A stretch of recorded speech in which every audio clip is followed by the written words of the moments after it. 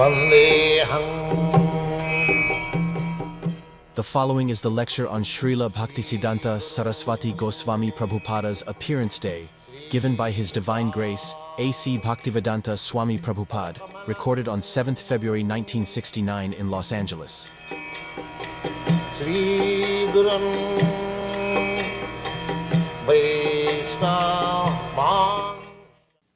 Means a broader heart. They are not satisfied simply by his personal count. In political history also, you will find so many great leaders, they sacrifice their own comforts. In your country, there was George Washington. He sacrificed so many. There were other leaders in every country, in political field. Similarly, social field also. Even the political leaders, the Marx, he was also compassionate by seeing the terrible condition of the Russian peasants. So he started that communist movement. That is the way. A great man, they work for the general mass of people. They are not, that is their greatness. So Advaita Prabhu, when he found that people are simply engaged in eating, sleeping, and they are not, they have no concern with Krishna, and their life is being spoiled. So he wanted to start this Krishna consciousness movement, say about 600 years ago. But he considered himself as unable to take up this movement seriously because the condition of the people was so wretched. He thought that if Krishna himself comes, then it can be done. Otherwise it is not possible. So Advaita Prabhu called Chaitanya Mahaprabhu. And Chaitanya Mahaprabhu, by his call, he appeared. Krishna appeared. Chaitanya Mahaprabhu was almost like grandson of Advaita Prabhu. But when he was a young man, a very beautiful youth. So at that time, nobody knew, but Advaita Prabhu knew that he is Krishna, he has come. So he was simply, sometimes devotees pretend to be not in knowledge. So he was praying Krishna, this boy is very nice. If he takes us this Krishna consciousness movement, then it will be very successful. He is very intelligent, beautiful. In this way, there was Chaitanya Mahaprabhu's time, this Krishna consciousness movement was going nicely, very. And after him, there were 6 Goswamis, they also managed. Then as it is the rule of this material world that you start something very good, but in due course of time, the things deteriorate. So this Vaishnava, Krishna consciousness movement also deteriorated in due course of time. Say, after the disappearance of the Goswamis, about 250 years after, the things become most ridiculous. The so-called devotees, their representatives still are continuing. They are called Prakita Sahaja. Prakita Sahaja means taking things very easily. They thought that Radha Krishna is just like a boy and girls, lusty affairs. And in this way, they took it. The sex life as religion. Even Vivekananda, he also criticized Vaishnavism is sex religion. So the things deteriorated in such a way. Then similarly, as Advaita Prabhu was afflicted, similarly, Bhaktivedanta Thakur, he was at that time a householder, government officer and magistrate. He felt very much, Lord Chaitanya's movement is so. People, as soon as one will see that he belongs to the Chaitanya Sampradaya, he will deride, these are all rascals simply taking some sex pleasure, that's all. There were 13 pseudo Vaishnavas, 13 sects.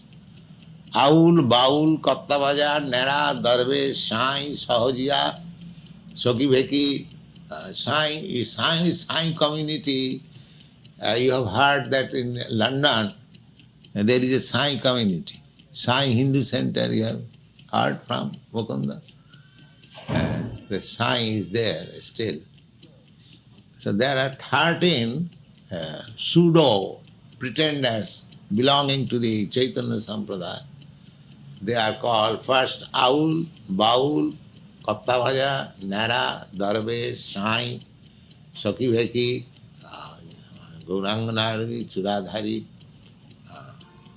Otibari, Smarta, Jadgosai, like that. 13. So if I describe this 13, it will take 13 hours. So I don't describe all them. But one or two must be described. The most important is the Jat Gosai. Jati Gosai. They created a caste of Gosai. Just like they created a caste of Brahmin, a caste of Goswami. But this Goswami will come by hereditary birth, just like Brahmin. So, Bhaktivedanta Thakur was very sorry to see the condition of the society. This Goswamis, the origin history of Goswami is the 6 Goswami. Now, out of the 6 Goswamis, none of them were priestly class. So far, Rupa Goswami, Sanatana Goswami, they were great politicians. Prime Minister, a finance minister in the government of Nawab Hussain Shah. So, similarly, Raghunath Das Goswami, he was a big jamindar. His father is into jamindar means landholder. During British period, no, at that time not British period, Mohammedan period, they distributed land among some, I think, in the western countries, the Burguese they called, Burguese, or in England, the landholders, what they are called. There's a word for it. Yes. So, jamindar, landholder. So he belonged to a very big land. His father and uncle, 2 brothers. He was the only son. So naturally, he was to inherit the whole property. And at that time, it was $1,200,000 income. Just see how much he was a rich man. When he used to see Chaitanya Mahaprabhu and Nityananda in his youthhood, when he was 18 years, 20 years age, he was almost of the contemporary of Lord Chaitanya. he used to distribute gold to the Brahmins and Vaishnavas. Uh, Gold, so much gold. What is the price of so much gold? He used to distribute. He was a rich man, so he was doing like rich man. So that is the history of Raghunath Das Goswami, that is the history of Sanatana Goswami. None of them were belonging to the Vaishnava sect or nothing. Chaitanya Mahaprabhu turned them. This Sanatana Goswami and Rupa Goswami were rejected from the Brahmin community. Because at that time the Brahmin society was so strict. If somebody takes service of a Muslim or anyone, he is immediately exterminated. You cannot be accepted as a pure Brahmin, Kshatriya. According to Vedic system, the Brahmin, Kshatriya, Shudra and Vaishya, they will not accept any service, even it is worth $200,000 dollars. No, that will not accept. That is degradation. Only the Sudras can accept. That was the Vedic system.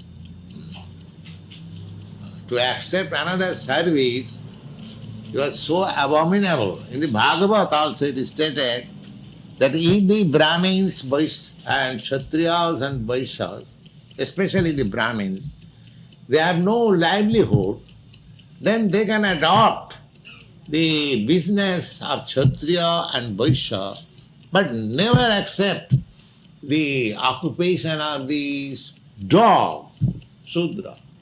That is instead, so to accept service of others was so abominable. Even 500 years ago. So these Sanatana Goswami and Rupa Goswami, they are also belong to a very rich family, but because they accepted ministership in the government of a Mohammedan, they are rejected. They are exterminated from the society. What is the extermination of society? He will never be invited.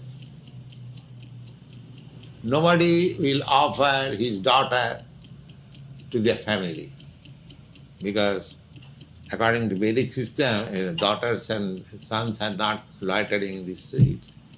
The father and mother must engage. So, if one is exterminated, it is very difficult to get his daughter married. Nobody will accept. That was their condition. Actually, they also became hopelessness. They became almost Mohammedan. They changed their name. David Khas, this is Mohammedan name. And Shakar Malik. It is Chaitanya Mahaprabhu made them Goswami. It is Chaitanya Mahaprabhu. Haridas Thakur, he belonged to the Mohammedan community. He was made Namacharya, the principal acharya of this chanting Hare Krishna. That is the revolutionary method of Chaitanya. Therefore Chaitanya Mahaprabhu is not liked by the hereditary Brahmins. They dislike. Whenever there is Chaitanya movement, they pose another counter. This Ramakrishna is a counteraction of Chaitanya. Because Chaitanya, the Vaishnava Sampradaya accept Chaitanya Mahaprabhu as incarnation of God, so they presented this Gadadhar Chatterjee as incarnation of Krishna. And by worshipping Kali, you see. So this competition is since a very long time between the Vaishnava and the other sect. Anyway, when these Goswami, my point is that originally the Goswami came from ordinary person. There is no caste. But they manufactured a caste of Goswami. This Brahmin class.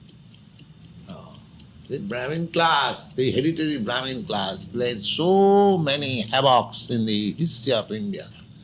The Pakistan is also due to this hereditary Brahminism. They hated so much the Mohammedans and the Sudras. First of all, they hated the Sudras, and then when the Sudras became Mohammedans, they hated the Mohammedans, and gradually developed that the so-called Sudras and Mohammedans, politically, the Britishers took advantage, agitated them. They cut off India into Pakistan and Hindustan. So there are many histories. It is Chaitanya Mahaprabhu, he accepted everyone to this moment. So my Guru Maharaj's contribution is that he defeated this caste Goswami. He defeated this Brahminism. He created that the same way as Chaitanya Mahaprabhu did, that as Chaitanya Mahaprabhu said, that Kiba Shudra, Kiba Vipra, Nasikani Noy, Jai Krishna Tattvetta Sai Guru. There is no consideration that whether a man is a sannyasi, a brahmin, or a Shudra, or a this or Grihastha, householder, or no. Anyone who knows the science of Krishna, he is all right. He is Goswami. He is Brahmin. That is the contribution in the, say within 100 years. That is the contribution there. And for this reason he had to face so many vehement protests from this Brahmin class Goswami. They conspired to kill him. Guru Maharaj told me personally. Others, because by his grace, when I used to meet in alone, we used to talk so many things. He was so kind that he used to talk so many things with me. So he personally told me that these people, they wanted to kill me. They collected 25,000 rupees and went to bribe the police officer in charge of that area, that you take this 25,000 rupees, we shall do something against Bhaktisiddhanta Saraswati. You don't take any step. He could understand that they want to kill him. Just like in your country also, the police, Kennedy was killed. He wanted to kill. So the police officer frankly said, of course we accept bribe and we indulge in such things, but not for a sadhu, not for a saintly person. I cannot dare. And the police officer refused and came to my Guru Maharaj that you take care, this is the position. So vehemently protested. So his method of preaching is just according to the, strictly according to the rules and regulations of Chaitanya Mahaprabhu. And as Chaitanya Mahaprabhu was called by Advaita Prabhu, similarly Bhaktivedanta Thakur, when he saw this condition of pseudo-Vaishnava all over the country, he also prayed to Lord Chaitanya that you kindly send somebody from your personal staff so that I can start this movement. So, by the grace of Lord Chaitanya, as we pray, Sri Gaura Karuna Shakti Vigrahaya Namaste. Gaura, so, is mercy representation of Lord Chaitanya, and he appeared as the son of this Bhaktivedanta Thakur. At that time he was known as Kedarnath Dutt. K.N. Dutt, and he appeared in 1867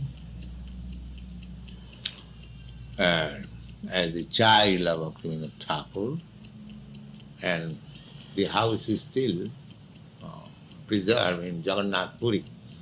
At that time, Jagannath Puri, he was magistrate in Jagannath Puri, and he was the system in the Jagannath Puri, the manager, the official manager is the district magistrate.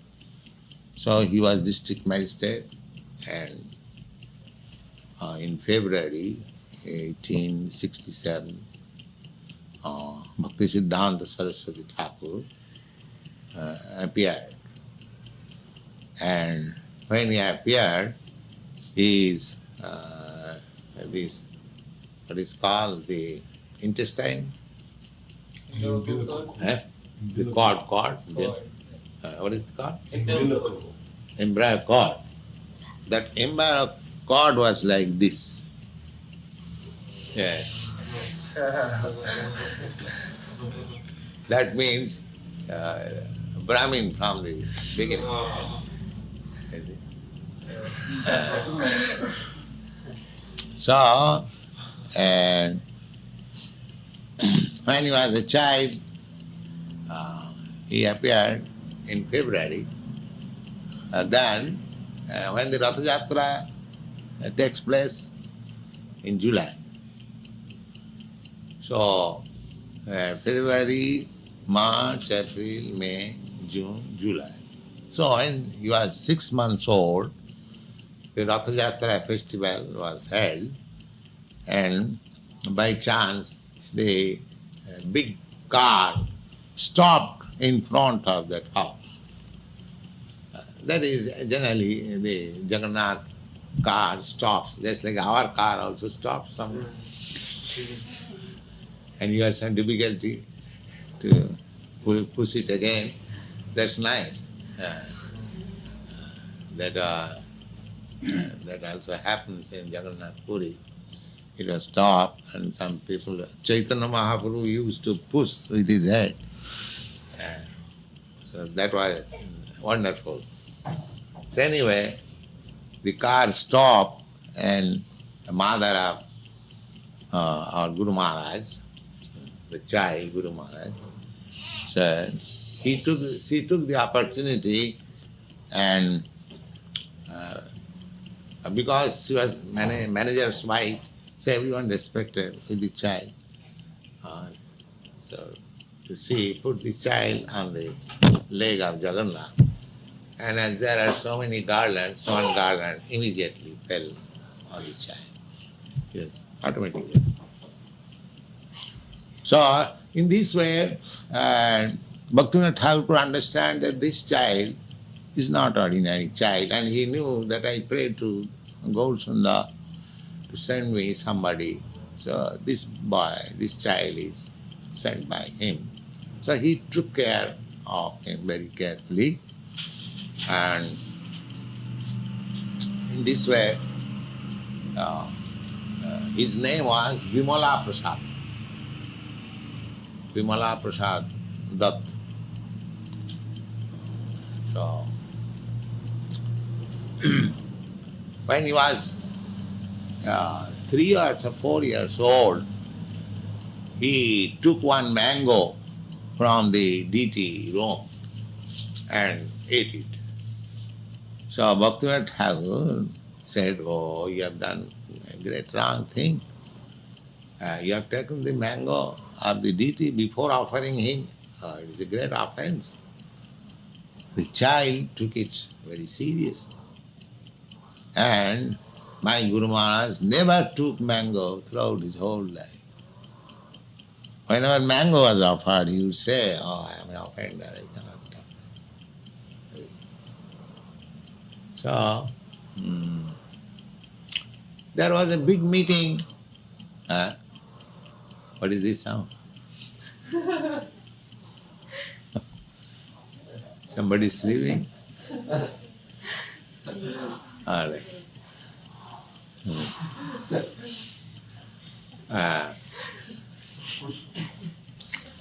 In Midnapur district, when I was a young man, he was holding meeting. He was a great astrologer, and he opened an astrological school when he was a young man. And there are many big students still practicing. They are all students of my Guru Maharaj. And there was a meeting in Midnapur district. The subject matter was Brahmins and Vaishnavas.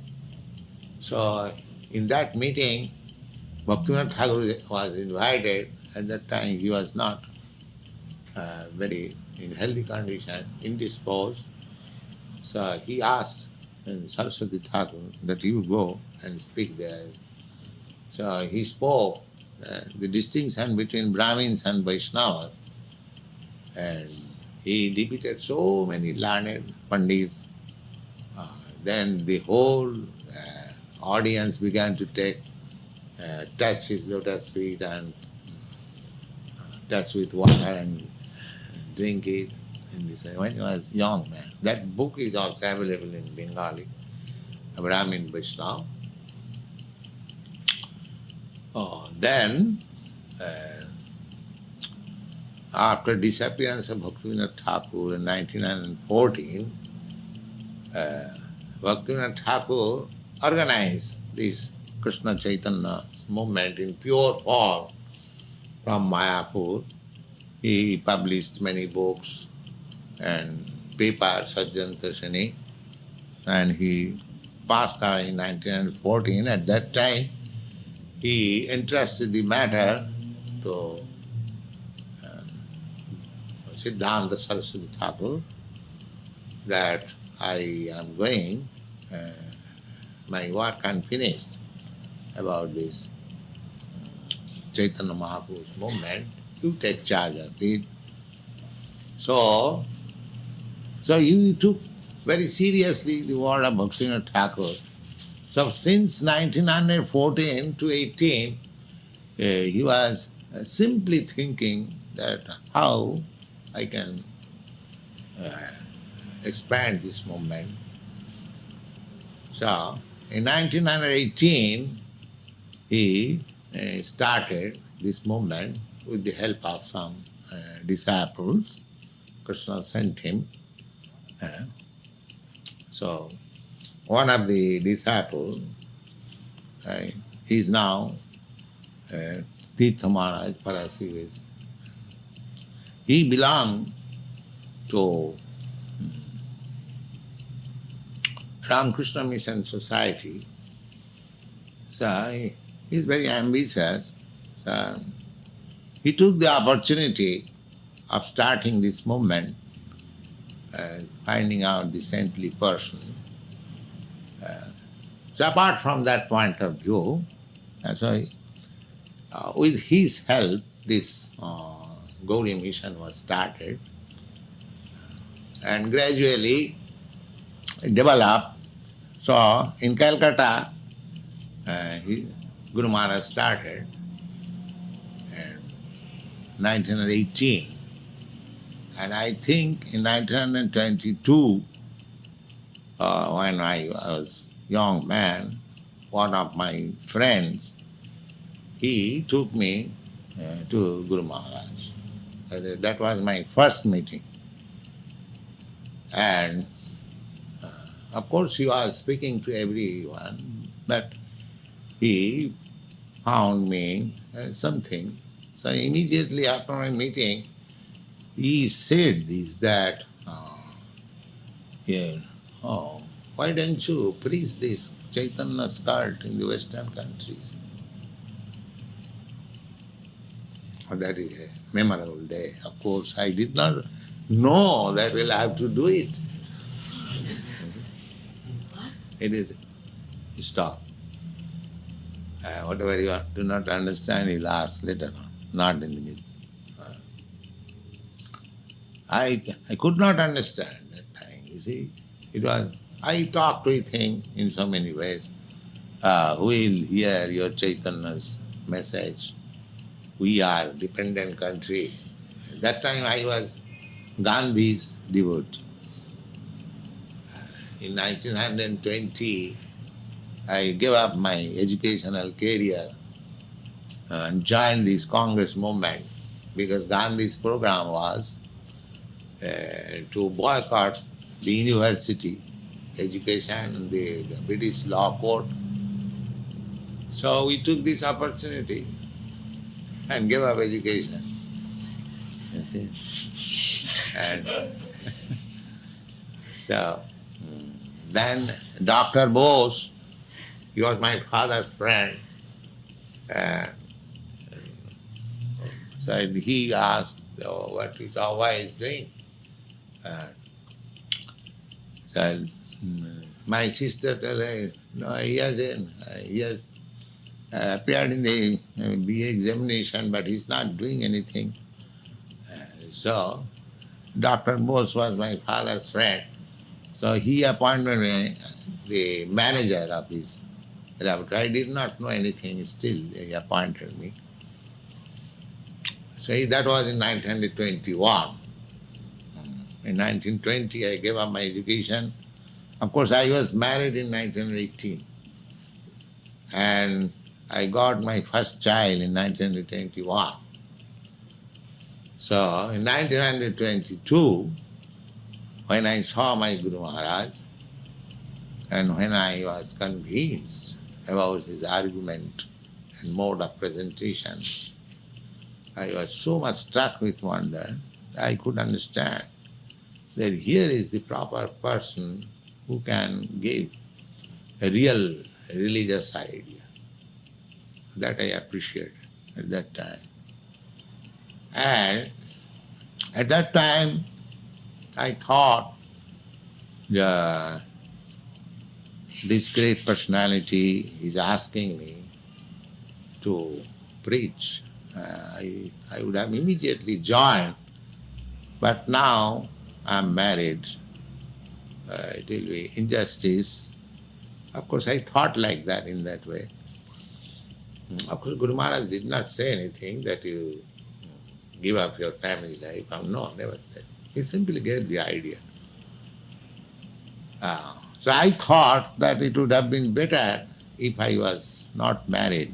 Anyway, then 1923, I left Calcutta on my business and I established my headquarters at Allahabad.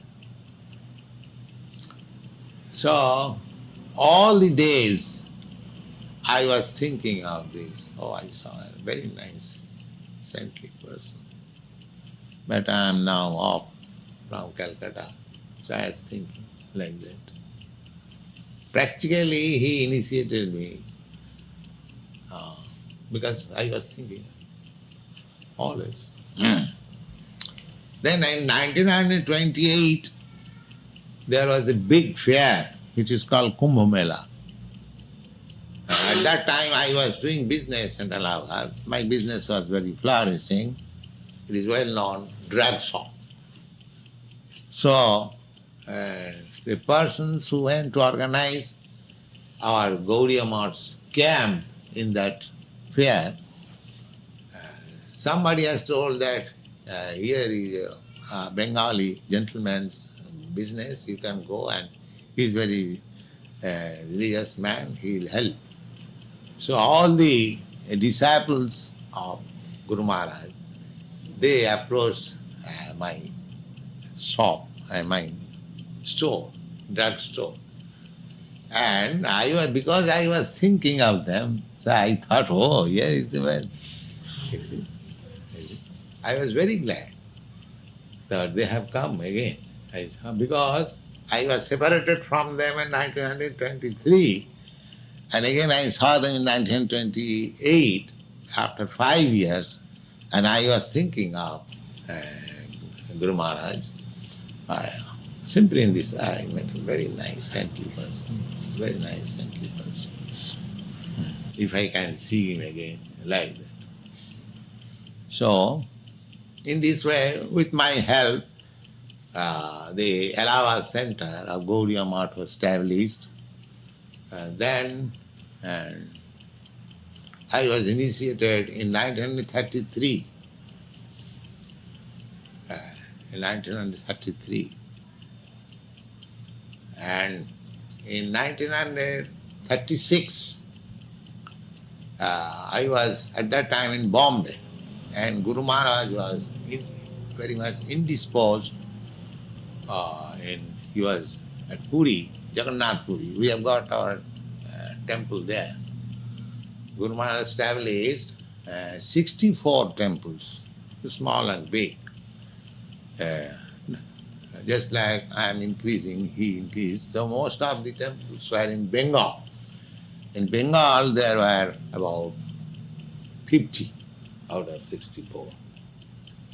And one temple was at Allahabad, one was in Madras.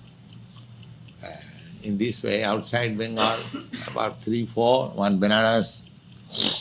And he sent Bon Maharaj also in 1933 to London for preaching. But unfortunately, somehow or other he could not do anything. So Guru Maharaj called him back in 1934. He was not satisfied and sent another god brother, Goswami. In 1936, just on the 13th December, I wrote him one letter, not 13th, I think by the beginning of December 1936, I wrote one letter to Guru Maharaj. I knew he was a little kind upon me. So I wrote to Guru Maharaj, you have got many disciples, I am also one of them, but they are doing direct service to you. Some of them are brahmacharis, some of them sannyasis, but I am a householder, I cannot. Of course, I was giving sometimes some monetary help, but I could not give any direct service. So I asked him that if there is any particular service I can do for you. So that letter was replied in 13th December, dated 13th December from Puri. And he passed away on the 31st December, just a fortnight. So this reply was the same as he wanted me to do this preaching work in 1922 when I first met him. That you try to preach whatever you have learned from me, the English-knowing people in English. That will do good to you and to the people to whom he shall preach. That is my instruction. So I took up that. And then he passed away in 1936, 31st December. So I consulted some of my god brothers, senior god brothers. Guru Maharaj has told me like this, what can I do? So you have heard the name of Professor Sannal, and there are other god brothers. They asked me to write on the Vishwaguru in English. So perhaps in 1935 I wrote one poetry, the part of it is somebody you have got, and said he was very pleased. And since then he was insisting me that you write on, preach in English. At that time I was thinking, what can I do? So anyway, after his passing away, this Back to Godhead paper was started as late in 1944, I think. Because the expenditure was about 300, 400 rupees per month. So somehow or other, it has begun, the blessings of Bhaktisiddhanta Saraswati Thakur, as he wanted me, he desired me.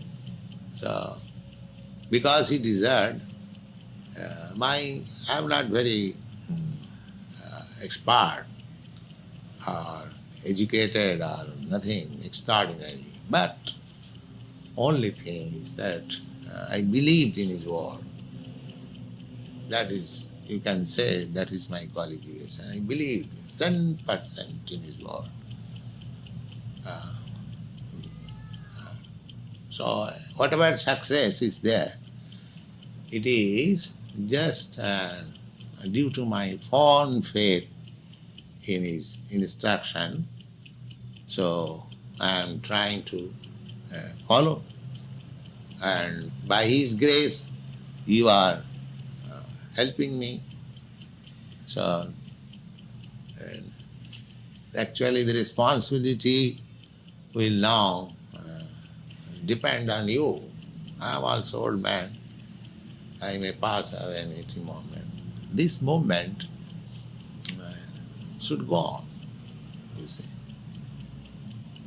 This good movement started by Chaitanya Mahaprabhu, then accelerated by Gosvamis, and then again and Vishwanath Chakravarti. And when, just like whenever there is jada jada hai dharmasya glani bhavati, when there is some slowness, and either Krishna himself or some representative comes to give it a push, so you should know it, that this movement should be pushed on. This should not be neglected. And I am glad that you are catching the ideas very nicely, and try simple thing. You chant sincerely and follow the rules and regulation. The rules and regulation are not very strict. They are very simple. But because you are trained in a different way, but I am so pleased and obliged to you that you have adopted. I never expected. When I came first in Boston, I was thinking, oh, who will accept these Vaishnava rules and regulations? These people are after meat or and wine and illicit sex, and how they will accept it. And I was hopeless, and how they will chant, you see. So, but by the grace of Lord Chaitanya Mahaprabhu, at least I am hopeful that this movement can be accepted by anyone. It is not so hopeless as I thought. But apart from my calculation, you are realizing this movement should be pushed on. Just like great souls always think of the poor souls, similarly, you should also feel. That is the way. Lord Jesus Christ, he also felt for the sinful persons. So, this is very good. If we struggle hard to push this movement, then even we don't get any follower, Krishna will be satisfied. And our business is to satisfy Krishna. That is bhakti. Rishikena rishikesa sevanam bhakti ruchyate. Bhakti means one has to engage his all senses for the satisfaction. The material life means sense satisfaction for himself. I like this. I like this, I want to do something. I want to sing something, or chant something, eat something, or touch something, or taste something. This is something, that means using the senses. That is the material life. I want to touch such soft skin. I want to taste such, what is called, nice food. I want to smell like this. I want to walk like this. The same thing, walking, tasting, touching, or anything, should we utilize for Krishna. That's all. Instead of touching something else, if we touch the sanctified lotus feet of a devotee, the touch will be utilized. Instead of eating nonsense, if we eat Krishna Prasada, it will be all right. Instead of smelling something else, if we smell the flowers offered to Krishna. So nothing is stopped. If you want to use our sex life, yes, it can be used for producing Krishna conscious children. Nothing is stopped. Simply it is purified. This is the whole moment. There is no question of stop this. Stop cannot be. How it can be stopped? Suppose I am a human being. If somebody says, oh, you cannot eat, is it possible? I must eat. So, there is no question of stopping. The question is purifying. So, the other philosophy is to, I am going to say, snap down, forcibly, make it void, just like they say, just become desireless, they advocate. How can I be desireless? Desire must be there. But I shall desire for Krishna. So this is very nice process, and even others do not take it very seriously, or they do not come to our philosophy. If you try for it, that is your business. Krishna will be satisfied. Our acharyas will be satisfied, Guru Maharaj will be satisfied. And just prasada bhagavad. If they are satisfied, then your business is finished. Not that others is satisfied or not. By your chanting, some public is satisfied. No, we are not concerned with that. He may be satisfied or not satisfied. But if I chant in the proper way, then my predecessor, the Acharya, will be satisfied. That is my business. If I don't invent in my own way. So I am very glad that Krishna has sent so many nice boys and girls to help me be blessed on this auspicious day. And there is nothing mine. I am simply a postal peon. I am delivering to you what I have heard from my Guru Maharaj. And simply you also act in the same way, and you will be happy, and the world will be happy, and Krishna will be happy.